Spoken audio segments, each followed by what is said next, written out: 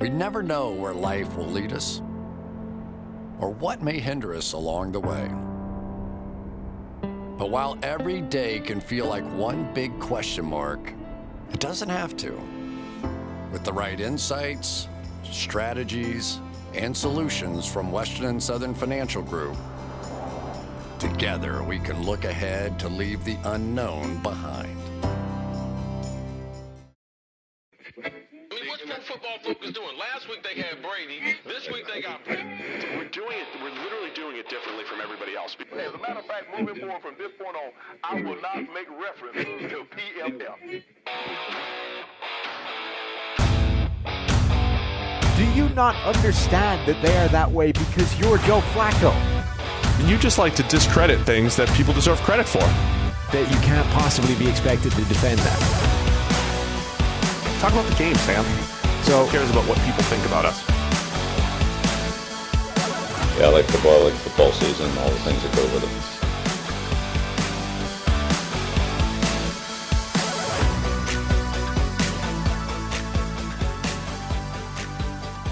it. Welcome into the PFF NFL Podcast. Steve Palazzolo back here with Sam Monson, dressed like Sam, but with a little mustache. Yeah, I didn't, if you're going to shave down, if you're going to shave the beard completely, it's going to be grown back. This was a once in a probably lifetime opportunity to see what it's like to be Austin Gale. I've never had a solo mustache before. It's always struck me as a ridiculous look. It is a ridiculous look, as I'm proving right now, but, I'm not going to be doing it again, so stick with it. Why not roll with it for a couple of days? Stick with it all the way through Movember. We got a great show for everybody here. Great show. If you tell everybody it's going to be a great show, they actually believe it's going to be a great show. It's a really important part. Power of positivity. What's that, speaking into existence thing?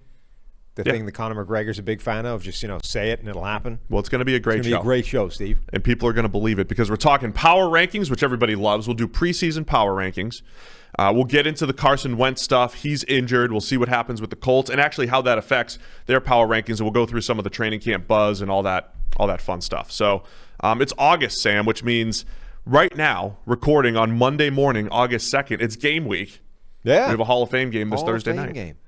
Yeah, so football is going to actually happen. So we have, if you guys don't know the schedule, Hall of Fame game is this Thursday night. And then next week, we have a full slate of preseason games, Thursday through Sunday. Remember last year, everyone was sort of like, well, what's the no preseason going to mean for regular season action? Is the football going to be worse? Is everything going to look terrible for the first month? And then it's like, actually, preseason might not make one damn bit of difference at all to the regular season. It sort of feels like the Hall of Fame game is like an indictment for the same thing for training camp. It's like, how bad would it be if you just got them in the building, said, here's what we're doing, here are the plays, go out and see how it goes? Because that's basically what happens for the Hall of Fame game. Those guys have been running plays for like a week. I don't want to throw a wet blanket on the excitement of preseason, Sam, because we do have 3 weeks where we're probably going to find some sort of backup safety and overhype him as a key player before he gets cut the last week. I mean, that is a rite of passage here on the PFF NFL podcast. Look at this steal 90-plus grade here in the preseason, and then he gets cut the last week. So we'll do that. It'll happen, right? But, yes, perhaps the training camp reps. Actually, because you can get so many more reps for your starters on those extra practice days, maybe the training camp aspect of it or just practice aspect of it is better for the football. Because in a game week, you've got, say you have a Thursday night game, Wednesday's you're going to treat it like a walkthrough and the whole thing, and your starters aren't going to do a whole lot for all the preseason games. Maybe your starters are actually going to get more reps with no preseason games. Preseason and training camp is all about confirmation bias and confirming your priors, essentially. You can go back in history, you will find hype articles written about a ton of players that sucked and didn't pan out and weren't any better that year than they were the year before. We've written some of them up. Absolutely.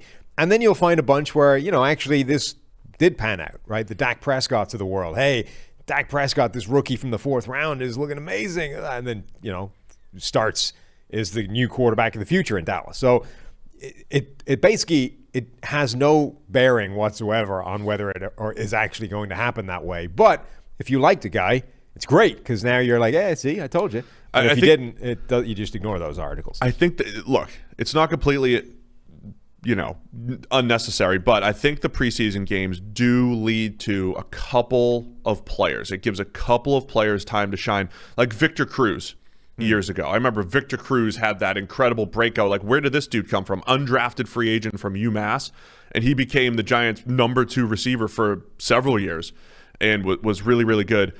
So there are a few players that kind of show up.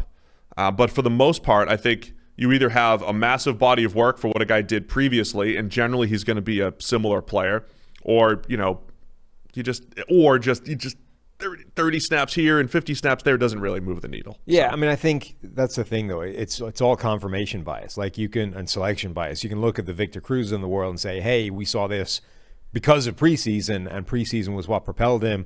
On the other hand, there's a bunch of guys that had amazing preseasons like Victor Cruz who nobody picked up and were cut the next day and maybe bummed around on a practice squad and never became Victor Cruz. So I don't know that the preseason actually does a whole lot for those guys, but you remember the cases when it pans out because, it did start in preseason. I think ultimately what preseason does is give everybody the opportunity to at least put some tape out there at the NFL level, or at least something approximating the NFL level, whether or not it results in you getting picked up, by that team or picked up by another team. You've at least got some reps, NFL reps on tape, which is, it's different and probably a slight step up to whatever college tape you had. And it can't hurt, is what I'm saying, if you play well in preseason. Look at Dak. Dak was incredible in preseason. All right, we'll talk about preseason plenty. So broad plan here. Today we'll still hit up the NFL news. We'll do the power ranking show. And then Thursday, you want to get into the team previews? Sure. Okay. We'll get into some team previews. We're going to go division by division. You know how we like to give every team the love that they deserve. So we'll probably go two teams per show. 2 divisions per show, not 2 teams. That'd be 16 shows, Sam. Yeah. 2 divisions per show. We'll go long form, and we'll give you your ultimate season preview. By the way, we need to start the new charity drive now. 2.0 was the Sam Dressed Up as Minor League Steve show. We raised $1,700 for the Make-A-Wish Foundation. I dressed like an idiot and now have the lingering after effects of this mustache. If you didn't see the YouTube show, go check it out. Our last podcast. Yes. Minor League Sam. My favorite comment on that was, I didn't think that this bit was going to be funny. Like, we've been hyping it up, and ultimately it sounded like it was going to be kind of stupid. Just Sam dressed in Steve stuff doesn't sound that great. It was better than I thought. Yeah. And this guy was like, but it really was better. And every time I looked at Sam, started laughing. That's what we were going for. That's what we hit. So anyway, 2.0 is done. Charity money has been. I'm trying to work out with the GoFundMe stuff, how you actually send the money, how you finish it. I don't know that you do. I think it's just automatic. If anyone knows different, let me know, because I think the money is done. Anyway, we need version 3.0, which is back to being you. Did we settle on the Josh Allen thing? What does the Josh Allen thing look like? I think it involves you dressing up as Josh Allen, signing the apology form live on the show. Regardless, by the way, of how he plays to start the season. I'd still apologize. Absolutely, you could throw 12 picks in 3 weeks, and I'd still be apologizing. Yep. Even funnier, frankly. Here was my thought. My thought was, I will wear a Josh Allen jersey. Yes. For as long. No. Because this could be season long. My idea was as long as he has a rolling 90 PFF grade. So as long as the last 16 or so games, like whatever we decide, as long as his last 16 games, he is an elite player. He is a 90 plus grade. I will wear the jersey for as long as that is the case. It could be a lower threshold if you're 88, whatever you think. No, I think you just put on the jersey. I'm just trying to make my wardrobe options simpler. And have to sign the apology form. Apologize. Maybe both. To Bills Mafia in written form on the show whilst showing your allegiance to Josh Allen with his jersey. There was also a request for a table bump. A what? Table bump. Like a Bills jump through the table. That's called a table bump? Yeah. A wrestling move it's called a bump. But it seems it's called a bump. Bump feels an undersell for what that is. Okay. So there was a request to jump through a table, Bills Mafia style. This table would hurt jumping through. I didn't say this table. You get a gimmick table. Yes. You get one that's, not only would it hurt, but I imagine broken. This is quite expensive. Yeah, I wouldn't jump through this table. Yeah. So don't. This would be bad. We would get a in gimmick particular, table. Regardless of whether you make it through like the top, like this surface, look at the legs on this thing. It's like designed with to not jump through it. With like a pyramid of strength right through the spine where you would be aiming. So there has been a request for that. I will we can consider that. I don't like you carry with you. I would go straight up Macho Man off the top rope, elbow drop. That would be through bad. a wrestling buddy. I can't put some padding underneath the Here's the thing, gimmick right? table. From that idiot video that we did way back when in the old studio, I had you some did the experience jump, yeah. of falling from quite a height on a table onto what I thought was quite a padded surface on the floor. It really, you don't want to see nearly 300 pounds. This is what I'm saying, right? I weigh about 180. You weigh at least 100 pounds more than that. You coming off like that step ladder, landing on this surface. I'm just trying to catch Tony Khan's attention, see if he wants to add me to the action. I'm just saying that at this point in your life, you've reached the Tom Brady stage of life where things like that will break you. Get rid of the ball quickly. Yes. Just save yourself. I'm not even 40 yet. I've got at least one good table bump in me. All right. Don't take the people want to hear take. football. We got to move on to football, but we're going to figure out what the next thing is. Have a charity for women's recovery that we can donate to. Do we up the ante to? Would you do another 1,500, 2,000? We'll figure it out. But keep an eye on our Twitter account, and we'll figure out what the next charity drive is. We appreciate everybody because you guys are making that happen. And in our impromptu survey results, people like that. They did. So we'll keep it going. All right, let's get into our PFF Power Rankings. They're over at PFF.com. These will update throughout the season. You'll be able to get all of these, and we're in automated world. This is where this is what the numbers say. What the numbers are saying based off of everything. It's not just last year, based off all the information that we have from previous seasons. It's powered by AWS machine learning capabilities over at PFF.com. So let's start at the top. Power Rankings have the Kansas City Chiefs first, Tampa Bay Bucks second. Interestingly enough, and just so you understand the differences here, the Chiefs have a Super Bowl probability of 14%. The Bucks are 15%, right? So remember, when you're analyzing how good teams are, that is different from analyzing their chances of winning the division or the Super Bowl. And clearly, our numbers are saying, hey, the AFC is more loaded, in part because 3 of the top 4 teams, by our numbers, are in the AFC. So the Bucks have the highest Super Bowl win probability, but the Chiefs are number 1 in our power rankings. Yeah, and the good news is that, from the famous sort of eye test or smell test or whatever test you want to run alongside the numbers, those are the 2 teams I think everybody's going to have, right? Kansas City, Tampa Bay, in whatever order you want to put them in. I mean, obviously they were the Super Bowl teams last year, but those remain the Super Bowl favorites this year, right? Yeah, and I think that makes sense for a couple of reasons with, of course, the QB-driven league with Mahomes at the top of the Chiefs, the superstars that they have outside, just the 3 years of excellence that they've put together with Mahomes at quarterback, and then with the Bucs, Brady under center, and their entire team coming back, right? The defense that was opportunistic last year. Let's not let the Super Bowl sway us here. The Bucs had a good, solid defense last year. They weren't a dominant defense, but they're all back.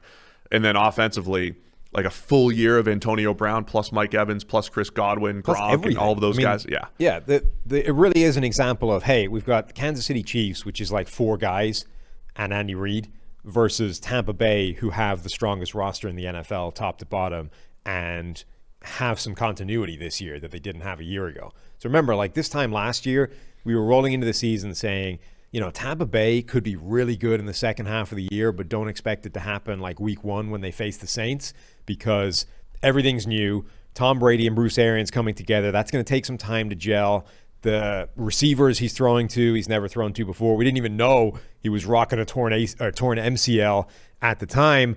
But like there was no lead up time to get all this stuff together because they hadn't had any preseason games. The training camps were kind of weird and truncated. All of that's gone now. So now you have the team that is just coming off this run of, 7 straight wins to end the season, plus the Super Bowl, plus Brady being healthy, plus other people coming back. Vita Vea missed most of the season. O.J. Howard didn't play most of the season. Guys like Antonio Brown coming in. It's actually insane how much is going in Tampa Bay's favor this year versus last year. Like, the only thing that can hurt them is injury luck, like bad injury luck versus a season ago. Or, of course, the 1 year where Tom Brady maybe just doesn't have it anymore. And, By the time finally catching up to him. We don't like using end-of-season splits and all that stuff, right? But with the Bucs, it kind of fits that narrative, right? So they face the Chiefs in Week 12. The great Tony Romo, after watching the Bucs lose and go 7-5, fall to 7-5, Tony Romo's like, hey, we're going to see these two teams in the Super Bowl. I think he was just, talking. I don't think he was really believing that or predicting it, but it happened. The Bucs have a bye in Week 13. Now, since their bye week last year, Week 14 through the end of the season, through the playoffs, Tom Brady, 94.1 PFF grade. He's the only quarterback above 90 in PFF passing grade. It was a 93.2. Do you look at that and say that is because of what you're saying? He had more time with the system and the whole deal. They figured it out. Or is it just they did have a run of playing the Falcons twice and the Lions and the Vikings defense, but they made the Super Bowl run. Like, are we going to see a full season of dominance from this offense because it is year 2 under Bruce Arians and with Tom Brady? Yeah, I mean, level of competition always affects that, so that's certainly part of it. But I do think there's a genuine amount, like, this was the narrative all last season, maybe just from me, but it was something I was pushing all last season, which is, look, like Tampa Bay, they just need to get to the playoffs. They don't need to get everything sorted out yet. They just need to get as far as the playoffs and ensure that when they make the playoffs, they have the answers to the things that were thrown at them earlier in the season that caused them problems. So particularly the Green Bay game, right? That was the nightmare. Am I getting that the right way around? They had one nightmare game throughout the season. The Bucs? Yeah. No, their nightmare game was... They were Green Bay. They were Green Bay's nightmare game. Yes. The Bucs' nightmare game was the Saints on Sunday Night Football. So they just had to make sure that when they got to the playoffs, when they found those teams again, they had the right answers. And they did. Now, you can say that they also ran up against some easy teams and they weren't tested as much as they could have been. But the point is, they didn't need to be, they didn't need to win all those games early in the season. They could afford to go 7-5 as long as they didn't drop out of the wild card spot, because once you get to the playoffs, you've got Tom Brady, you've got this team that top to bottom is as good as anything else out there, and all you need to do is go on a little run. And they were able to do that. So the Chiefs and the Bucs sitting atop the power rankings. The other thing to consider here when we talk about Super Bowl win probability, the Chiefs being at 14, the Bucs at 15, no other team is above. Well, so the Packers are at 11, but you see a drop off. The third team in the power rankings is the Buffalo Bills. They're at 7% win probability. The reason why you see the win probability higher for those top AFC and NFC teams is you're projecting a bye for them. There's only one bye, and you literally can't lose on your bye week. You can't win it either. And there's always a chance, if you are a wild card team, that you could lose, even if you have a massive advantage. So again, it reiterates the importance of having the bye, the one team being on the bye. Even though the Bucs went through the wild card rounds, the Chiefs, they didn't have to play that first week, but your Super Bowl win probability is through the roof if you do earn that bye. What are your thoughts in the power rankings here? Again, PFF.com. Buffalo Bills 3, Baltimore Ravens 4, Green Bay Packers 5. Buffalo's interesting. The more I think about it, and this, I'm going to undo a lot of the goodwill I've earned back from Bills Mafia, but the more I think about it, the more I think Buffalo is a team that could potentially underachieve this year. Like, they make the AFC Championship game, the arrow is projected upwards for Buffalo, right? They're expected to be one of the biggest threats to Kansas City within the AFC. Josh Allen just had his breakout season, incredible year. I don't think Josh Allen's going to go back towards where he was before last year, but I think you probably project some kind of regression from him because last year was so incredible, and if you're picking which direction he heads based off that baseline, you probably go down rather than up. And also, Buffalo was incredibly healthy last year. Like, they were one of the healthiest teams in the NFL. So was Miami. And I think just generally, there's a couple of things that could hit them that would take them in the wrong direction pretty quickly. Maybe it doesn't happen. Like, maybe all those things stay in their favor and they continue to roll and they are a threat to Kansas City. There's certainly talent there. Like, I don't dislike their roster. I think they have a very complete team, top to bottom. But, you know, if you're comparing them to Baltimore, to Tampa Bay, to Kansas City, Green Bay maybe, I can just see where that would falter. And they're not like the third best team in the NFL. They also, the Bills, have to play that first place schedule. So we're talking about them playing the Chiefs and the Titans back-to-back in October. So playing, you know, two teams. So they're going to play the entire AFC South anyway, but have to play the Chiefs. They're going to play, who won the AFC North? The Ravens? Just look at the schedule here. Right. I'm trying to watch it on the fly here. Look at it on the fly here. But the first place schedule matters. The Bills also play the NFC South, so they have to play the Bucs late in the season. The Steelers, in fact. The Steelers did one. I'm sorry, Steelers fans. I'm sorry. I just don't see. It's a tough break for Pittsburgh. I just don't see the Steelers. Okay, they have the Steelers week 2. Sorry. It's because I was glancing at the schedule really quickly and didn't see the Steelers. So either way, first place schedule matters. NFC South has the Bucs. The Saints will still be a tough team. We'll talk about them in a second. Maybe the Falcons could be a little bit better this year, but that matters too when it comes to, you know, the Bills. Plus, I think the AFC East is going to be a little bit more competitive. The Jets should be better. The Patriots should be better, and the Dolphins. The Dolphins are the tricky one, who look like a big. They're one of those teams too that look like they got better, but could be a regression candidate just because they were probably 2 or 3, maybe 4 wins better than they actually were. They were I think the healthiest team in the NFL last year. So this idea of, hey, we're better this year than we thought we were going to be. There's a big question, I think, about whether that was actually true or not, or whether they just got healthier than they were expecting to be, or healthier than you generally expect to be. Honestly, if Tua isn't significantly better this year than he was as a rookie, which is, I'm not saying that's not going to happen. I mean, there's every chance he will be significantly better this year. If he isn't, I would expect them to be worse this year than they are last year.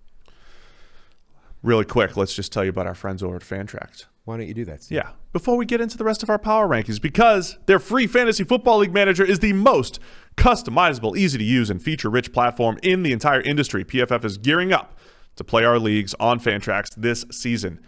They've got multi-team trades, player salary and contract options, can auto-generate player salaries for your league.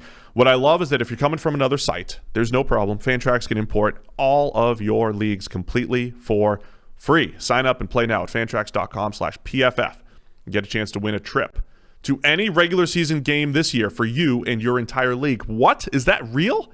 I'm reading it. I don't know if it's real. So you sign up, go to fantrax.com/PFF, and you can win a trip to any regular season game. I would go to that Patriots-Bucs game. That's supposed to be like the coolest game of all time. I don't know if that's an option, but you and your entire league can go. Make your league on Fantrax and then head out to a free Las Vegas Raiders game with your buddies. So it would be a Raiders game. Yeah. This is fantrax.com/PFF, the home of fantasy sports. So I would go to a Raiders home game is what I would do. So that's pretty cool. That would be pretty good. I mean, Raiders home games between that stadium, that location, they've got like a nightclub in one end of the stadium, like in an end zone. Have you seen that? There's like a DJ and stuff. I did not see that. And whatever the premium suites are down at that end. That would be a pretty good game to go to. That stadium looks pretty awesome. It's also like literally just across the street from Mandalay Bay, which, you know, is not a bad place to be. It does look great. Back to the power rankings. So the Ravens come in at 4. And so it's interesting with this because the Ravens, another team that they've got that good all-around roster. Last year at this time, they were the best team in the NFL. They were coming off a season where they were the best team in the NFL, but they lost in the playoffs. So, and then for much of last season, looked like one of the teams to beat, and they just kind of took a step back. But they've got a lot of the same pieces, the same power running game, excellent secondary, and many, many additions along the defensive front. The numbers like the Ravens. Yeah, I mean, the Ravens, I think, are a well-run, well-built, well-constructed team and franchise. So they're a long-term contender. You know what I mean? They're one of those teams that are going to be at the top end of power rankings pretty much every single season. And all that remains to be seen is if they can figure out how to get things together in the playoffs, and in particular, if they have an answer to what happens when they get down, you know, because that's been their Achilles heel so far, is when they need to pivot to a drop back passing style of offense, Lamar Jackson and the system generally just hasn't had the power to make that move. Now, do the additions of Rashad Bateman, in particular Sammy Watkins, are they enough to make that change? Like Bateman, there's some training camp videos of him torching Marlon Humphrey deep down the field for a touchdown. We'll see, but they are going to Bateman? be... What? They have Bateman? Who torching Marlon? Yeah. Wow, what do you think I said? I just didn't hear who you said. Would you pay attention when I'm talking? I'm trying to pull up the Ravens depth chart. When you're part of it and don't just coast. Somebody was Don't distracted. coast, Steve. Be great. Every minute of the day, every minute counts. And you just think every second sacrifice counts. a minute right there. I think every second through counts. not paying attention to it. I gave up 60 seconds. So, Rashad Bateman, does he make the difference when they get in those situations? They're a weird team, though, because they almost have to focus on the rare instance it doesn't come along very often.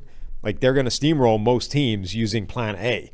What they need to do is to focus on plan B, because at some point that's going to be the thing that dumps you out of the season. It's just an incredibly small thing to be focusing on because it doesn't happen very often. Do you have a strong take on Sammy Watkins at all? What are your thoughts on Sammy Watkins? Sammy Watkins, to me, is a good enough receiver whereby if you don't focus on him, he can have a big game. But if you do, it's not a problem. So, yeah, because that was his Chiefs career. He had the 3 touchdown game week 1. He's good enough for if you go out there and saying, we are going to take away Travis Kelce and Tyreek Hill with double teams, and that leaves this guy one-on-one with like a nickel, he'll have a big day. But if you actually, cover him with the number 1 corner, I don't think he's going to show up particularly much.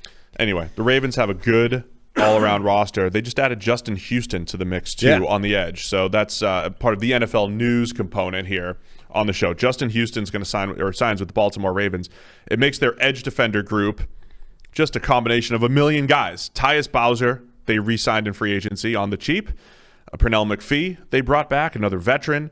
They drafted Odafe Oweh, formerly Jason Oweh, out of Penn State with their first-round pick that they got in the Kansas City Chiefs trade for Orlando Brown. So Oweh is in there. Justin Houston comes in. And then Jalen Ferguson is still there.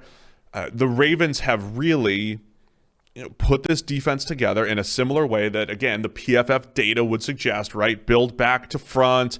Even though they spent a first-round pick on a pass rusher, you don't necessarily have to spend $15 million a year on a pass rusher. So they've got this combination of veterans and retreads and one rookie, and they're going to, meld that together with an excellent secondary. And we talked before about how they are very good at scheming up pressure. So they blitz a lot. Only Pittsburgh, I think, blitzed at a greater rate last season than the Ravens did. So they blitz a ton. They get creative with their blitzes. They don't just show you the same thing every time. They're very good at scheming up one-on-one and, in fact, completely unblocked opportunities for their pass rushers. So when you look at like the total amount of money they've committed to those edge rushers, it's an absolute steal. And a guy like Justin Houston, okay, he's older and he's got injury history at this point, but he's still effective. Like, he came back with the Colts and played pretty well. If he actually lasts the season for them, you combine him with a guy like Oweh, like, there is a good chance that this group is extremely productive with a very minimal cash investment in them and, okay, a first-round pick in Odafe Oweh. But, like, this is why the Ravens are being talked about as an extremely well-crafted, smartly built franchise, because that's really a clever way of team building. I always have this vision with guys at Justin Houston's point in his career. Remember, he was drafted in 2011, had a 24, and by our numbers, 24 sack season, including the playoffs. I mean, he's had some dominant years as a pass rusher, even most recently in 2018 with the Chiefs. He had an 88.3 pass rush grade, 82 in 2019. Last year was the big drop-off, though, 63.2 pass rush grade for Justin Houston, by far the lowest of his career. But he still rushed the passer over 400 times. That is a ton. I always have this vision for guys at that point in their career. Can you just rush them 200 times? Do you just give this guy a limited workload? Or maybe he's just an early down run game enforcer. Something that Tyus Bowser isn't necessarily great at, right? So Justin Houston could be just a run game component. But I think the Ravens have done a really good job of building depth at key points along their roster. Let's talk a little NFC here when it comes to the power rankings, because the Packers are 5th overall, but they're the second NFC team. 11% Super Bowl win probability is third highest in this entire group. So even though they're 5th, third highest win probability. But as far as the NFC goes, the Saints are at 7. I think, a remnant of just their roster, right? It's saying we've seen them win without Drew Brees because the O-line is good, because the defense is good. This would be the one place I would really question the Saints. And I don't know if this factors in Michael Thomas maybe not playing or whatever it is, but I would question the Saints at 7, questioning ourselves. But the NFC is kind of all over the place, right? I'm sorry, did I skip the Rams? Rams are at 6. Saints are at 7. 49ers are at 9.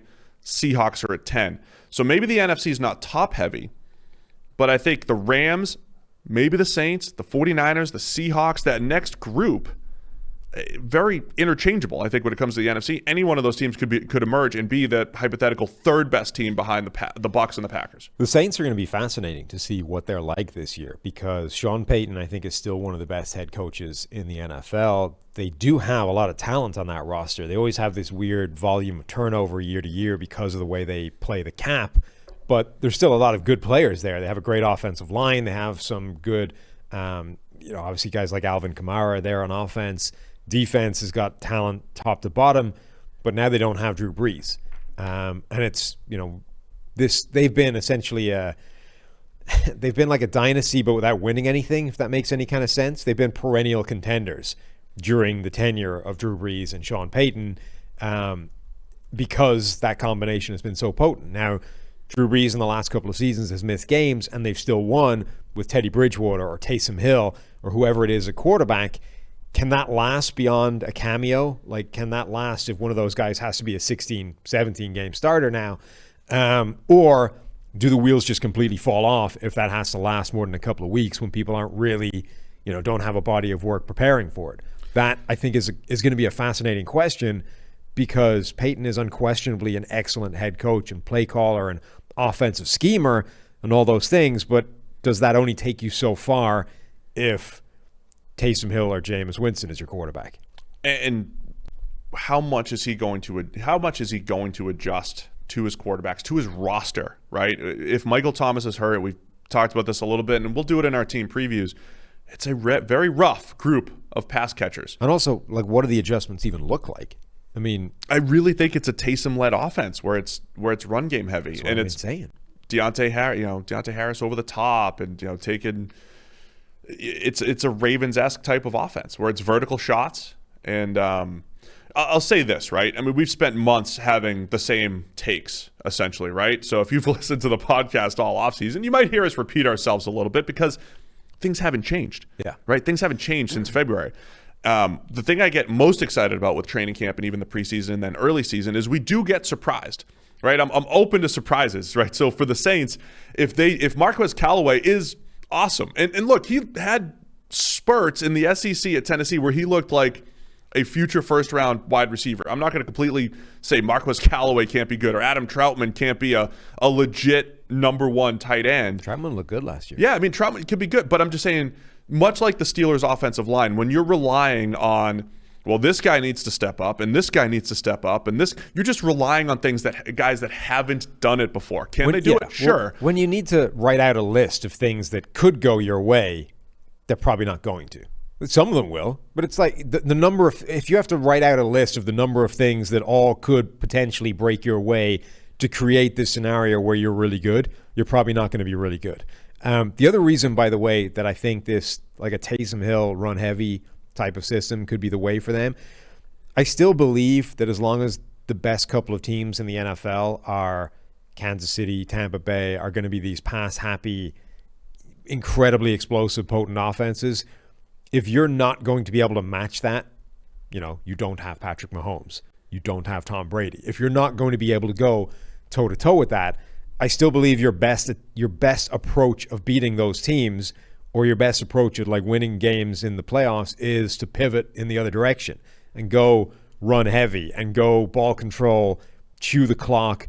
The thing that I've been, like, every time they play, I keep saying that I still think that Baltimore is the best place team to beat Kansas City. Every time they run up against each other, it doesn't go that way.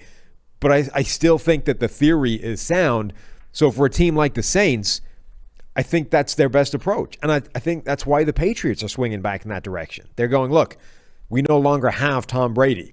We can't find wide receivers to save our lives. So what do? You go run heavy. Like the rest of the league is crying out for this. We've been, there's this talk about the fullback is dead, the two-down linebacker is dead. Like the league is no longer built to defend against this style of offense. So let's run this style of offense and see if we can just run everybody over. I think there's something to that. And a few teams are heading in that direction right now, and it makes them extremely difficult and challenging to defend week on week. So if you're the Saints, why not go that route instead of hoping Jameis Winston stops making mistakes? I'm with you on the Baltimore-Kansas City thing, too. They on paper, it's like, this should be the team that stops the Chiefs. It just doesn't every time. Has the secondary to maybe hang, but we'll see that in week 2. Always love those matchups. They always play early in the season as well. I think the reason I think it hasn't worked out that way is because it's almost like an all or nothing proposition. I think that's the best way of stopping or beating the Chiefs as long as you don't get down early and abandon the game plan. Yeah. The reason it hasn't worked the last couple of times is because both times Kansas City has kind of put them in a hole, and then they get them out of that game plan, and immediately Baltimore's plan B is awful, so they win. If Baltimore, like last time, it was really close. It happened in the first sort of couple of drives, and I think they surrendered. The first drive, they had a chance of like keeping it. There was a penalty or something, took them out of it, and they kicked, and then game over. Like, it's done. Kansas City scores again. Now you're out of that game plan, abandoned, can't win that way.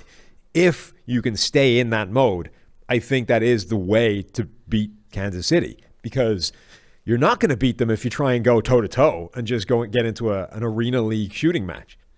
So the NFC West, we've spent a lot of time talking about them, but the Rams at 6, as I mentioned, the Niners at 9, Seahawks at 10. The NFC West have 3 teams in our top 10 as far as power rankings go, and the Cardinals aren't far behind at 15. Yeah. So that is the entire division is in the top half of the league. So here's the reality here, right? We're going to look stupid somewhere. Somewhere you're going to look back and say, well, Arizona only won 6 games. You idiots had them really high. It's like, well, they're in this very difficult division here, and every game is going to be competitive. I know that's only not 6 of the games. I mean, the 49ers won 6 games last year by being absolutely injury ravaged. Like, essentially, you take out horrendous injury luck last year, and all 4 teams would have been 500 or better. It's just probably the coolest division in the NFL. You've got, the McVay, Kingsbury, the young coaches there, Shanahan as well. You've got old school Pete Carroll, but he's got Russell Wilson, right? You have Pete Carroll, who's built, his reputation on defense, and they've kind of had to Did you change see that a him little take bit. his latest swing at like articulating balance? I did not. Because obviously, like, Carroll is getting hammered at this point for being this like archaic dinosaur who wants to run the ball and grind everything out and blah blah blah, right? And clearly, he's too good a coach to just be like a moron, right? He obviously knows what he's doing. So, but every time like they try and get him to explain, what you want this offense to look like, and the run game is important to Pete Carroll. Now, the run game isn't necessarily important to him in terms of like, we have to run it 40 times, we have to run it on first and second down, we have to, like, all these rules that everybody thinks he has. So every time he basically had this paragraph. He's like, all right, let's try it one more time. I want this offense to be balanced. And by balanced, I mean, and like literally tried to walk everyone through it like he was a school teacher talking to children, who was trying to explain like what he means by run, pass, balance. I think the way I describe it's perfect. Oh, okay. How's that? Fine. I'll help you. Coaches, I'll write your press conferences for you. You want to have answers to what the defense is given. That's it. That's the gist of it. You want to have answers. I think when things go wrong is when you do have the mentality of, I gotta have this, and I gotta have X number of runs, I gotta establish it on first and second, whatever it is, right? When you just have to have answers. Okay, so using run-heavy teams in reverse, I always mention the Patriots and the Ravens. they have not, with Cam Newton under center in New England and with Lamar Jackson with the Ravens, they haven't always had the answers when teams take away the run. So their balance is lacking in the pass game. The only place I think that Pete Carroll might be, quote unquote, wrong is that he does seem to believe that it is necessary to prove you have the threat of a run game so that later in the game, if you need it, it's there, right? So this idea of, what's the flaw in the run and shoot in the 90s? It's like, well, when they get up late in the game and you need to run the 4-minute offense to chew the clock, they can't run the ball.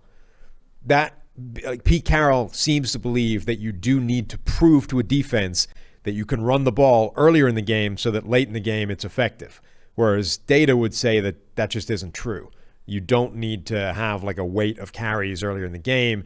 You can either run the ball or you can't. No amount of like proving it to a defense earlier in the game or establishing it early in the game actually makes a difference to that or not. So where I think you're right is where you say, look, you just need to be able to do it, right? If you get late in the game, it's 4 minutes to go.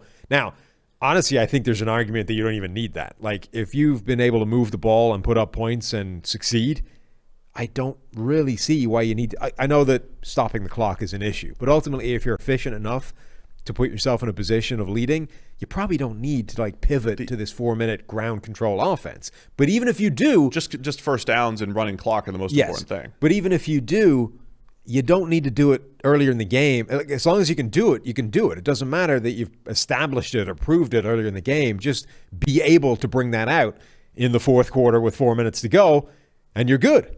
Yeah, because the thing about the 4-minute offense, now that we're going on all these tangents, right? The defense knows you're going to be trying to run it. Right. So they go 8-man box. So you don't have to just, I'm going to run power into 8-man, I'm going to run. You can go back, you can go into the gun, and you can run, you can run your normal zone read type of stuff with a bubble screen. And if the bubble's open, you chuck the bubble and you pick up 3 yards through a bubble screen, not necessarily through running. So it still comes back to the math is my point, right? If there are too many guys in the box, you could still swing it out to the perimeter and keep the clock running. So it's having answers. It's all about having answers to what the defense throws at you. That, I think, is the biggest thing.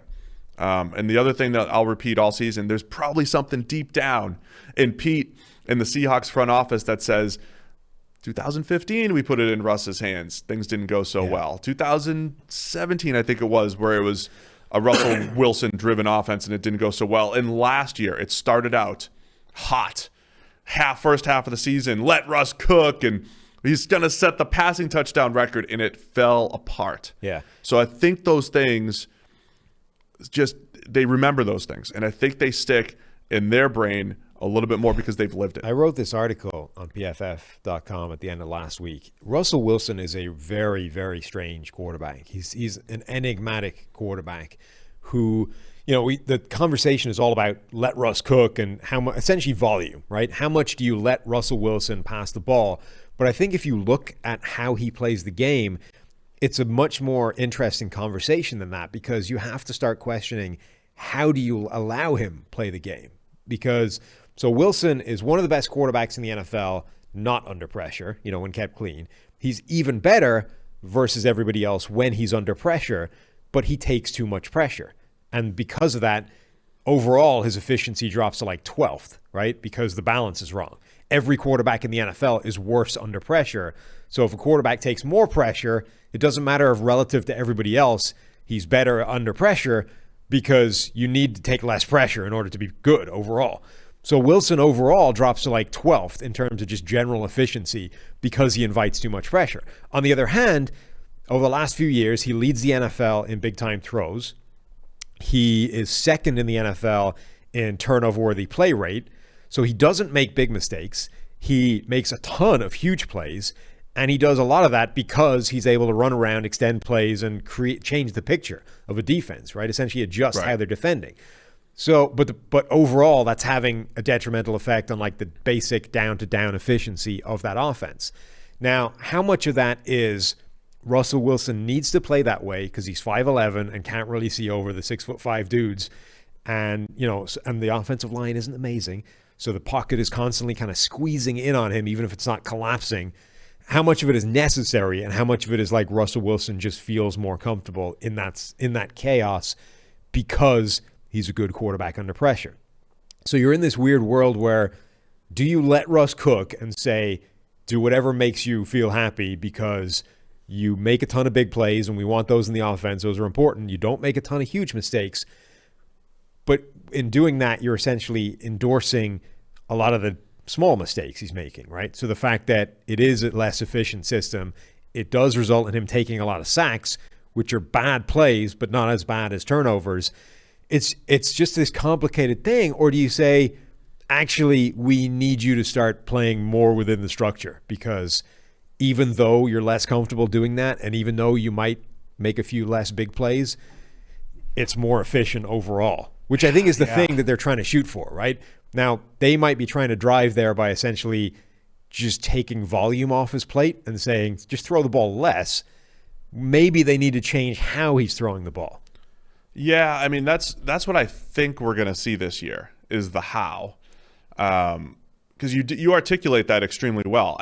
And when you say that, it's like, okay, Russ, they've always built a vertical passing attack around him. Where it was when Bevel was there, when Schottenheimer was there, it was shot plays, right? I mean, and when you take a lot of shot plays and off of play action, and that's Russ's strength, he's the best deep ball thrower in the NFL, you're probably more inclined to run the ball. So like on paper, the answer would be run the same amount of play action. However, replace some of those runs with quick game, with get rid of the ball. But again, I think that's where Russ isn't bad necessarily, but I think that's where he's not necessarily elite, right? So when you put statistically, he is very good at that stuff. Yeah. So, but I think that's where maybe the Seahawks are less comfortable because even that doesn't always look clean, right? Oh, you got the 5-yard hitch on the outside. Just throw it. He doesn't always throw it. Maybe he still scrambles out and runs for 5 instead of taking the throw. But it's not that he's not good at that stuff. It's that he doesn't like doing it and doesn't do it a lot. Now, again, like how much of that do you control as a coach, right? When every time he essentially ignores the free 5-yard hitch, runs around the back of the pocket, tries to find a bigger play, sometimes does, sometimes doesn't. Are you coaching him against that? Are you, when he comes to the sideline, saying, why didn't you take the hitch, right? Or are you saying, that's Russ, let Russ be Russ. It works out most of the time. He makes a lot of big plays. Let's leave him be. Because if you're doing the second one, everybody right now is contributing to this overall lack of efficiency, or not, lack of efficiency is the wrong word because they're still a good offense, but there's just a ceiling that's not being reached. Yes, this meat left on the bone by not maximizing what you could be doing. Or are you actually like trying to push him in that direction and he just isn't? Like, because that's almost a more difficult problem to solve. And this goes back to having answers for me. I think, Brady's Patriots, that's all they did was have answers. That's why in 1 week you would see them maybe run for 200 because that's what the defense gave them. Other times it's like, hey, we're going to run quick game. Other times they would drive it down the field. The Chiefs have shown that ability, right? How many times have I come on here and said, man, the Chiefs played a really patient game. And you say patient because you're expecting Mahomes to just want to make spectacular plays, but they were able to string together 10 to 15 play drives. The Seahawks have never felt comfortable there, so they run into a Rams team last year that just takes away the vertical stuff. So I do think we'll see more horizontal stuff this year. Critically, Manning's Colts and Broncos, Brady's Patriots, they never got themselves down a cul-de-sac of being inefficient in a certain way, right? Yeah. This is how we play. This is how I play the game.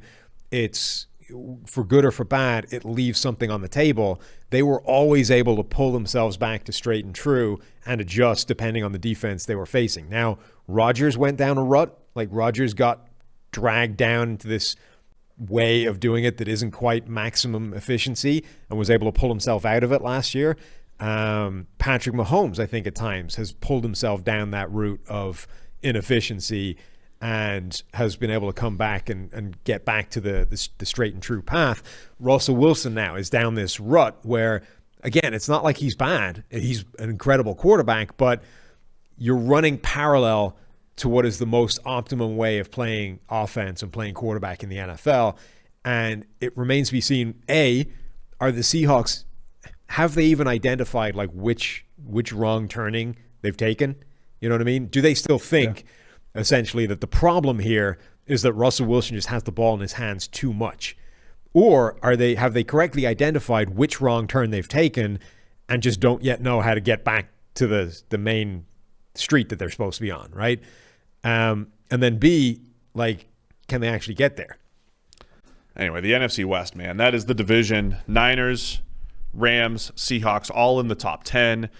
From an AFC standpoint, the Colts are at 11 right now. So they've got let's go right into the Carson Wentz news now. Carson Wentz is hurt. Yes. We don't know how badly. Supposedly hurt a pop. Yeah. They've ruled out the Liz Frank stuff. They've ruled that out? Yes. It was reported that it isn't Liz Frank. Mike Silver, I think, reported that it definitely is not Liz Frank. If it was a Liz Frank injury, he would essentially be done for the season if he needed surgery, and you could just blow up the Colts. And the future would be in question, right? Too, that would be like tough absolute worst case scenario for the Colts. The silver lining to that deal would be you just set fire to a second-round pick because it's contingent on playing time. The bad stuff would be you don't have the quarterback you traded for, you still have his giant contract, and you've no earthly idea if you can put him back together again yet because you didn't see him for more than 5 minutes before he popped his foot. And by the way, he's also now a giant brittle injury risk going forward. So that would have been the absolute freaking nightmare if it was Liz Frank and he's done for the year. I really feel for Chris Ballard, GM. He shows up in 2017. Andrew Luck misses the entire season. Yeah. Luck plays in 18. Retires before the 19 season. So Chris Ballard essentially had to play Jacoby Brissett as his starter. Jacoby's a good backup, but Jacoby Brissett was his starter for 2 years, essentially by default. Grabs Phillip Rivers, fine, for a year, and then has to make an aggressive move, has to make some kind of move because they don't have quarterback. He goes and gets Carson Wentz. Maybe you say it's his own fault. He got the injury-prone Carson Wentz, right, and the guy they're trying to rehab him from a on-field standpoint. I mean, it was a risk anyway, just in terms of the on-field playing stuff. It was an on-field risk and also an injury risk. Before even factoring in the injury stuff. So, yeah, I mean, but we said at the time, like, what else? What were the alternatives? Like, that was their problem. Like, and they were interested in the Stafford stuff, but I mean that was the reality. There was no alternative out there that wasn't extremely expensive for them. Right. So Carson Wentz, being hurt, certainly throws a damper. If the Colts are at 11 in part because they've built a solid roster. We know their offensive line is excellent. Their defense is good. They've got pretty good players in the back seven. Young defensive line that they invested heavily there in the draft. But this, I really want to see what Wentz can do there. You know me, I love watching quarterbacks in new situations, so I hate these injuries. But the Colts were already going to be kind of like a volatile team based off of what happened with Wentz, and this would really put a damper unless they made a massive trade if Wentz is out for a significant amount of time. It's a real shame because what is happening up there? I don't know. People are moving. Is there around. A football game on the second floor here? So he's now reportedly planning on essentially rest and rehab with the hope of avoiding surgery. That feels like the kind of move that isn't going to work. You know what I mean? You're a former minor leaguer. Of course. You know how this happens often with arm injuries. Yes. You have a guy that has a really bad elbow, a really bad shoulder. You know it's bad. Don't want the Tommy John surgery. But what happens is you generally prolong it like a month. Yeah. We'll do a month of rehab. Right. And it's like, it still hurts. Yeah. Okay, we'll do the surgery, right? And you just lost a month of your rehab. All you did is put it back. Yeah. That feels like what this is going to be with Wentz. I hope it's not. I mean, I hope there's a better report coming out soon because I want to see this. Yeah, the problem is that it's a foot injury. It's the kind of thing that, Wentz is an athletic, mobile quarterback. It's the kind of thing that if it's not 100%, and he's going to be coming back and it won't be 100%, regardless of whether he has surgery or not, it's going to hamper him. And again, you are already dealing with the problem of how do we get this guy pieced back together after the train wreck that was 2020. Now it's like, how do we piece him together knowing that he's going to be kind of hobbled on the bad foot? It sucks because this was, the Colts were hoping to win this division, make the playoffs. Maybe Wentz could give them something that Rivers couldn't last year. And now it's like, well, this move was already kind of risky and you're dealing with a quarterback that doesn't, he's just handicapped from what he's capable of doing because he's playing hurt. We wrote an article, Brad Spielberger. Or did you write it? I was. You wrote it with Sam's help. You've got the byline here, so it's all Sam. You got help from multiple people within PFF, but the potential options that were highlighted they're not great. Marcus Mariota, Yeah. Jimmy Garoppolo. Yep. Let me just say this, not great, but Jimmy Garoppolo could be an upgrade over Carson Wentz. I mean, healthy Jimmy Garoppolo is probably better than healthy Carson Wentz, but who knows? Like, the Jimmy Garoppolo one is interesting. You would have to rework the deal, but whatever. But now you're essentially saying to the 49ers, are you ready to roll with Trey Lance? Because we're willing to give you a pick for your quarterback, but it means you have to turn to the rookie right away. Now, if it was me and I'm the 49ers, I would do that because I think he's ready anyway. But that's essentially the question you're posing to them. If you're the Niners, though, I'll give the same answer I gave for the Bears. The Niners' goal should be what's best for Trey Lance. All this investment. Right.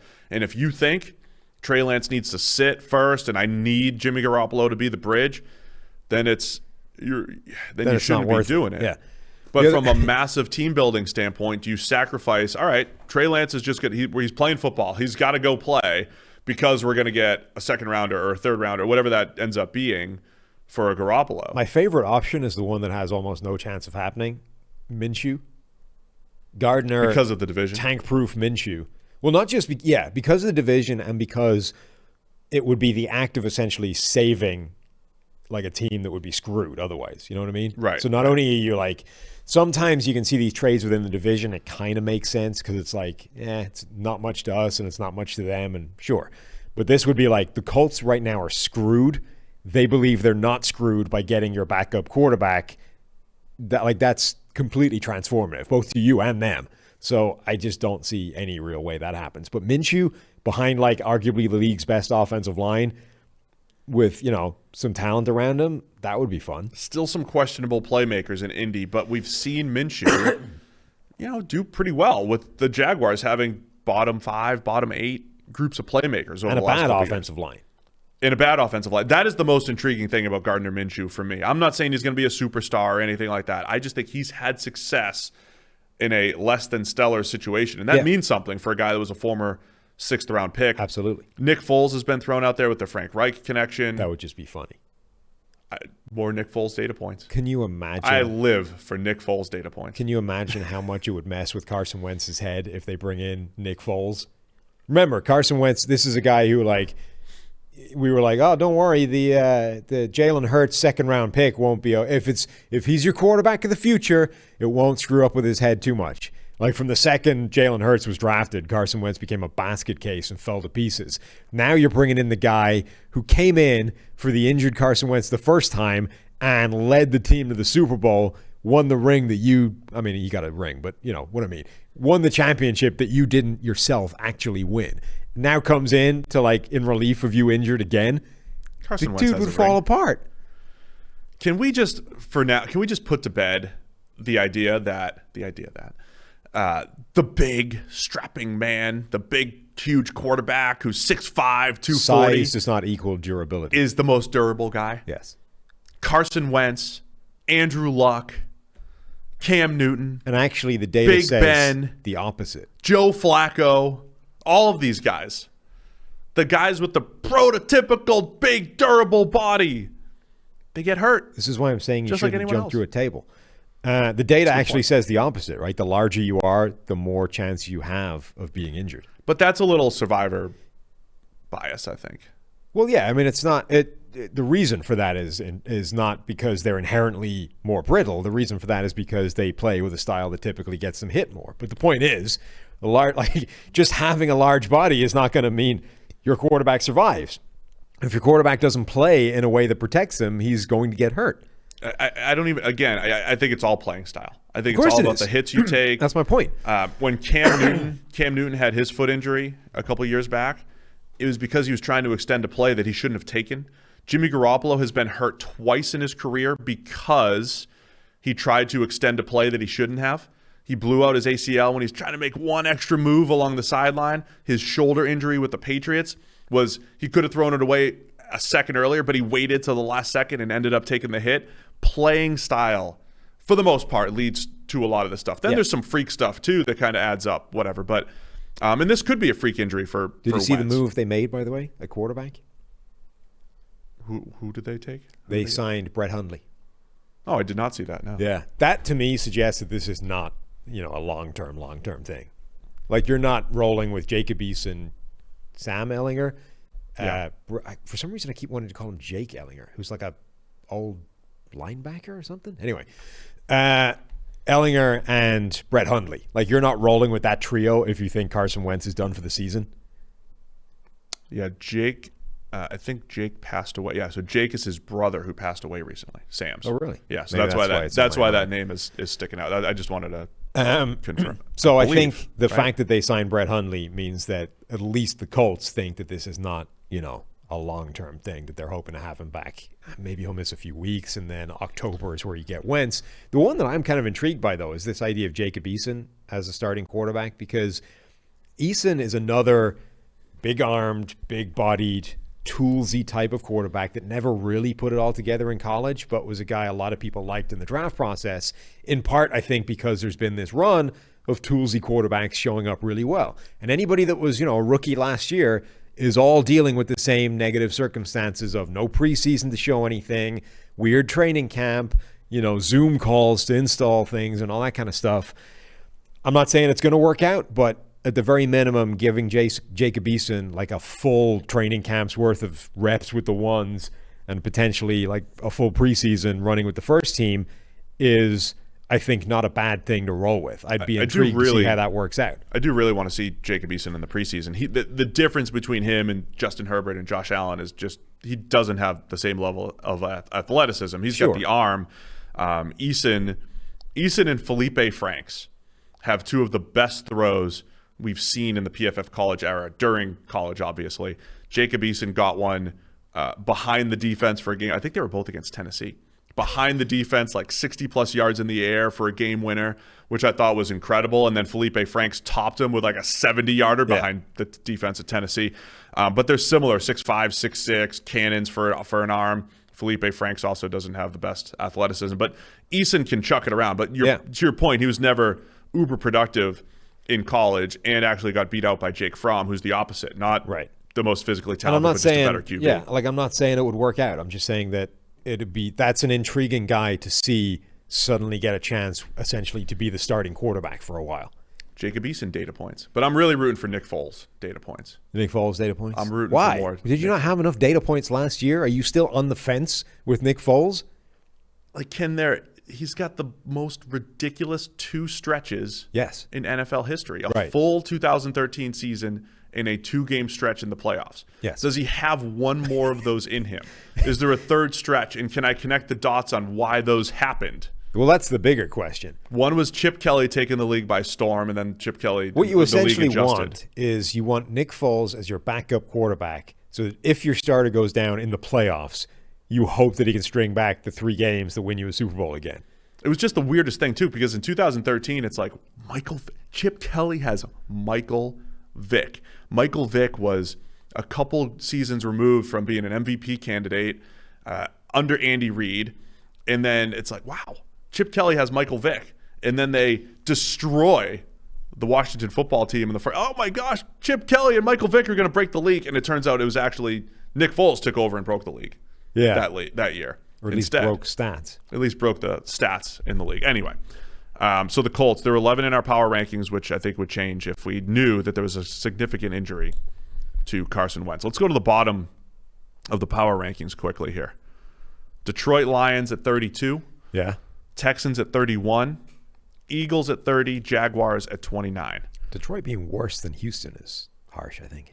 I'm telling you, Houston's in this weird I don't know what we're doing with their quarterback situation. He's playing safety in training camp, but I'm saying, to chew up space. For our projections, I don't know what we're doing for that. But there is this weird world where if Deshaun Watson was under center for the Texans, I think they're better than they were last year. Like, the overall roster probably takes a step forward. Does it? I think so. They don't have Will Fuller anymore. They don't. Okay, yeah, you lose Will Fuller, you lose JJ. But that's just two players. The line, it feels like a lateral step at best.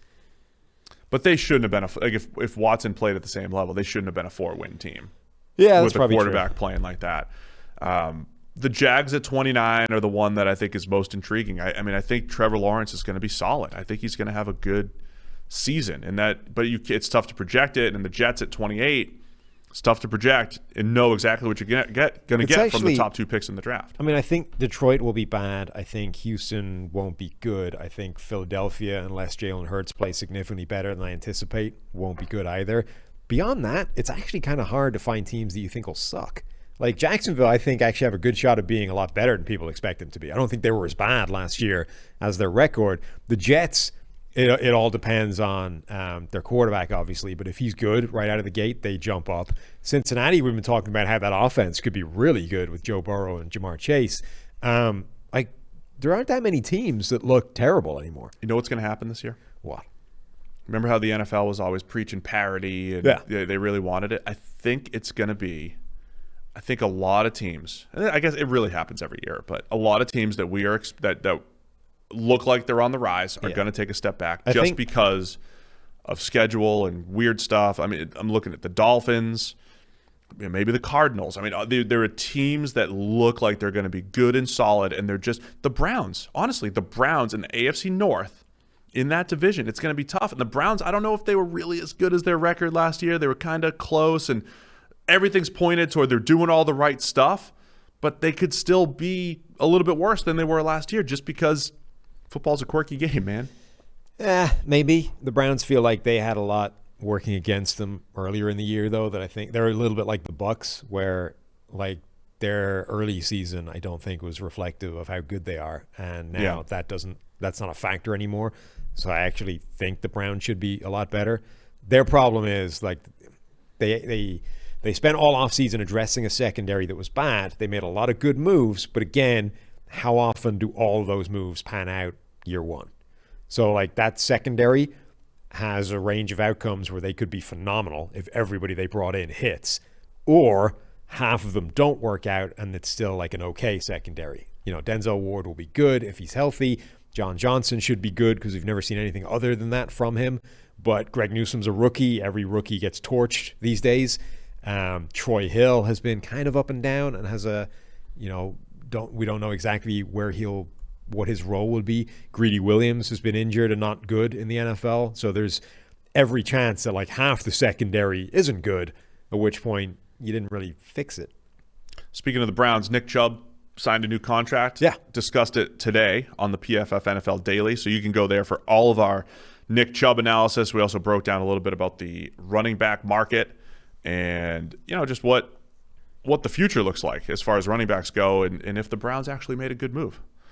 But yeah, I think when you look at the bottom of these power rankings, honestly, the Texans and the Lions, I do think, are in full rebuild mode. Yeah. The Eagles, full rebuild mode. Oh, by the way, we didn't even talk how pissed off are the Eagles that Carson Wentz just got hurt? Oh, I wanted to mention that too, right? So that Carson Wentz gets traded for a conditional first-round pick. The condition is he's got to play 75% of the snaps this year.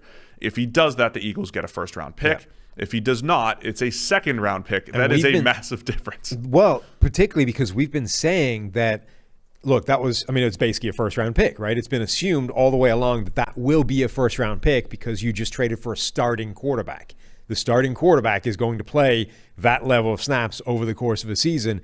And the Eagles basically appear to have budgeted for that in terms of how they've been approaching this offseason, right? Their thing was, we love Trevor Lawrence and Zach Wilson at quarterback. If we don't have a shot at them, we don't like any of the others. We're going to move down, give Jalen Hurts a year, and plan for next season when we're going to have the extra first-round pick to be able to go up and get whoever we do like. Right. Now you don't have the extra first-round pick. You got a second. That is a massive difference in terms of what Philadelphia is capable of doing in the first round of the draft. On the other hand, if it is a second and it is the Jacob Eason-led Colts, you might be talking about. But that's not getting you from like. It's not getting you the quarterback. But if you don't suck badly enough that your pick is in the top 3, you know what I mean? You're not getting to like 2 or 1 with that pick. Yeah. Which is what they would have been like budgeting for, which is, hey, if Jalen Hurts doesn't play well and we end up as like a 4-win team and we're picking number 4, that extra first-round pick is what can take us from 4 to 2 or 1 to get the quarterback we want. You can't, like, now that pick's not getting you there. Yeah, the Eagles are rooting for a quick recovery for Carson. Yes. They're sending doctors or right.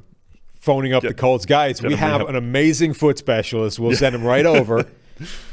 Eagles fans can be mad again. But the Eagles are 30th in our power rankings. I think, if Jalen Hurts is solid, maybe that moves them up a little bit. But I think that's clear. But again, the Jaguars, the Jets, the Bengals are at 27 in our power rankings. They could be good, or at least a tough team. The Giants at 26. They could be good with improvements on the defense, improvements on both sides of the ball for the Giants. The Vikings at 23. I do believe the Vikings are going to be a lot better this year than they were last year. Chargers at 23. They're tied. Not if all their quarterbacks keep having COVID. Yeah, true. Well, by the way, if they have it now, they won't have it later. Yeah, one of them. They won't have it during the season. Yeah. Well, maybe.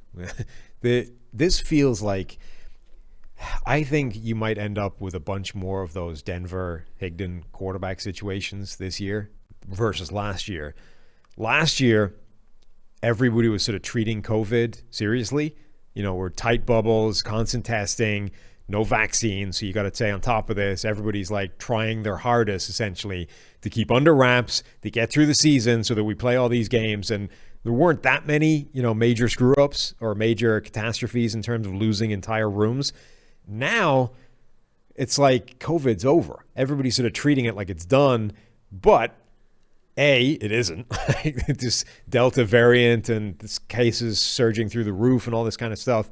It may be not like a giant, death threat that people thought it might have been a year ago, but it certainly isn't finished. B, you've got this big minority of vaccine reticent players, the Cole Beasleys of the world that don't want to get vaccinated, want their individual freedom to choose and whatever. There's a giant chunk of people that are not getting this done, no matter how much the NFL coerces them towards it, no matter how much guys like Ron Rivera are like, guys, I'm immunocompromised here. It would really help me out if you got the vaccine. So you're getting these chunks of guys that aren't getting the vaccine. And see, like we're in Ohio, right? Which I think treated the vaccine relatively serious, or treated the virus relatively seriously compared with certain other states. But when was the last time it was even like a factor in your life here? Like you've been able, since they lifted the mask restrictions, you will occasionally see somebody with a mask, but you haven't needed one to go anywhere. You can go into Kroger without a mask. People are basically treating this like it's done. My point is this idea of half the Vikings just lost their quarterback room, essentially, right? Kellen Mond got COVID. The rest of the quarterback room was a close contact. Vikings got shut down, and they had to run a scrimmage with Jake Browning as their only available quarterback. You think that happens more often? Yes. I think we're going to see that happen a few times this season because essentially we're treating this with more complacency than we were a year ago, even though, there's a vaccine, and in theory we should be way better equipped to like shut it down. Yeah, it's just another storyline for the 2021 season. Just seeing if that affects, how that affects teams, and the NFL is certainly doing everything they can to try to prevent that. So right. We'll see what ends up happening this season, and hopefully all goes well. I don't want to see too many wide receivers playing quarterback though, like we did last year for the Broncos. Yeah, it felt like a novelty at the time, and then when you saw it actually happen, you're like, yeah, this just I wasn't interested ever. This just isn't fun. I was not interested ever. Well, I'm always the guy that, during the game when your top two quarterbacks go down, it's like, who's the emergency? Oh, it's Kyle Juszczyk. I want to see that. Just morbid curiosity. I want to see what a Kyle Juszczyk quarterbacked offense looks like. But when you actually see it happen, and Higdon, poor guy's running for his life trying to play quarterback, you're like, yeah, this just isn't that fun. This is just kind of mean. It's not fun at all. It just feels like bullying. All right. Do you have anything else on the power rankings side of things that you wanted to touch on? Any other interesting teams? We're going to hit on every team as far as the team previews go. No, as I say, it's kind of weird that there does appear to be a lot of parity in the NFL this year. And I think that's been the case for a couple of seasons that, there's a few teams you expect to contend, but there haven't been that many teams that you are like certain will be terrible for a couple of years now. Right. And that's like the Niners, I know they traded up to the third pick, but a lot of teams that even picked in the top 10 last year, it's not like you're saying, oh, they were just horrendous teams. I mean, a lot of those teams could easily turn it around this year. So any other new, let's hit on some other really quick training camp news before we wrap it up. CeeDee Lamb hype. This is on our notes for every single show. Hype up CeeDee Lamb. Yeah. Go ahead, do it. Oh, it's your guy. Hype him he's up. the guy who so far in training camp has been making all the highlight reel catches. Odell Beckham one-handers in the back of the end zone. Generally appears to have just been mossing everybody. So CeeDee Lamb, I can't remember if I actually officially put this on record, but CeeDee Lamb I think was my number one receiver last year, even though Jerry Jeudy is where my heart belongs. I love Jerry Jeudy. Thought his route running would translate immediately, but CeeDee Lamb was the safer bet. He was just good at everything, and I think generally that's probably what you're going to do if you go for a first-round pick. Take the guy that you're pretty sure is going to be really good versus the guy that you love because of his route running or pretty certain will be at least capable in the NFL, but you have questions about, can he do the contested catch stuff and blah, blah.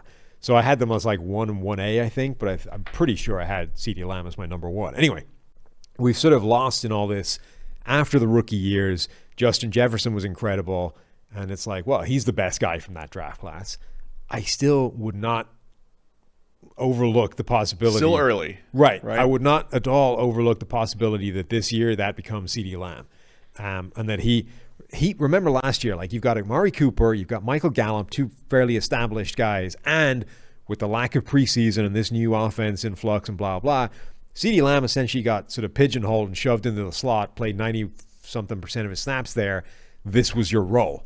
I would not overlook a giant expansion of his role. Overtakes Gallup to some degree. He had Andy Dalton for most of the season, Ben DiNucci for a game. And his production fell off a cliff the second Andy Dalton came in, and he was stuck with those guys. And CeeDee looked the thing I liked about him, and the reason why I think he was the better all-around receiver was that he looked like he could do more things on the outside.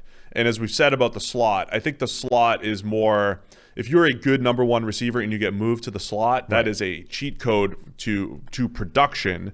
There are skill sets that perform well in the slot, but for a guy like CeeDee Lamb, it was a cheat code to production. I think he could be productive on the outside or in the slot. So this year, I would expect him to be Dallas's number 2 receiver. He'd essentially overtake Michael Gallup. He could overtake Amari Cooper. This is what I was about to say, Sorry. right? Not just that, but he could overtake Amari Cooper in production, but Amari is still going to draw the number one corner for a while, right? So it's like a double boost where you actually become the number one threat in Dallas, but there's a lag time before you're treated that way. So Amari Cooper is still going to be drawing the Jalen Ramseys of the world while you get to go up against the number 2 corner because people haven't yet caught up to the fact that actually you're the biggest threat in this offense. So what I'm saying is that I would not be at all surprised if the CeeDee Lamb hype translates to reality and he just goes to the moon this year. The one other piece of news that I wrote down, Jordan Hicks. This is big news here. Oh, yeah? Cardinals linebacker asking for a trade because he's not going to start. Didn't that happen weeks ago? Yeah, but it's still news. In fact, months ago, when they drafted the guy that was going to start, it was pretty clear that Jordan Hicks was no longer. I think he just clarified it. He clarified it this week that it's because the phone he knows has he's not not been starting. ringing. To reiterate, I am wanting a trade. Yeah, I think he was just reiterating why Okay. he wants a trade because Isaiah Simmons and Zaven Collins are in there. So it's another one of those things where I look at the depth chart, I'm like, awesome, that's cool. They've got Hicks is a good player and Collins is a good player and Simmons is a good player. It's all going to work, but then they want out. It's like the Howard thing, right? It's just really hard to maintain rosters. We talk all the time about, constantly keep loading up at a specific position because it makes you really strong and have incredible depth there. But actually what it does is give you the contingency for when one of those guys gets pissed off and wants out because you can't keep them all as the best paid player at their position or group. So when you stack up a position group, a guy like Xavier Howard is going to want out. A guy like Jordan Hicks is going to want out. It's just insanely difficult to stockpile talent in today's NFL. And Hicks is not coming off his best seasons with the Cardinals, but if you're a linebacker needy team, you did our linebacker rankings. If you need a linebacker, everybody Hicks, is linebacker needy, essentially. I know. He's a couple years removed, though, from being one of the better coverage linebackers in the NFL, so could be available out there on the open market. All right, man.